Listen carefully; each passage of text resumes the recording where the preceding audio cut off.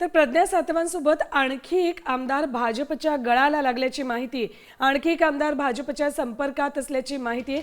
त्यामुळे प्रज्ञा सातवांसोबत आणखी एक आमदार भाजपच्या गळाला लागलाय का? भाजप कोणत्या पक्षाला धक्का देणार? तो आमदार कोण? अशी चर्चा राजकीय वर्तुळात सुरू झालेली आहे। आणखी एक आमदार भाजपच्या संपर्कात आहे, मात्र हा आमदार कुठल्या पक्षाचा याचं उत्तर अजून मिळालेलं नाही।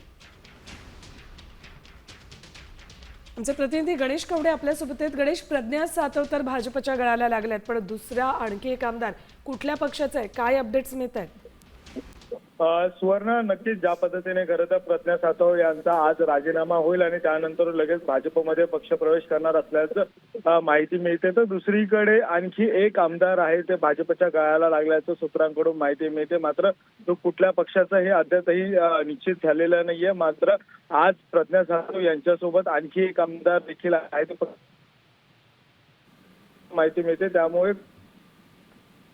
गणेश, तुमचा आवाज आमच्यापर्यंत येत नाहीये। पुन्हा तुमच्याशी संपर्क साधण्याचा प्रयत्न करतोय। तुर्तास धन्यवाद संपूर्ण माहितीसाठी।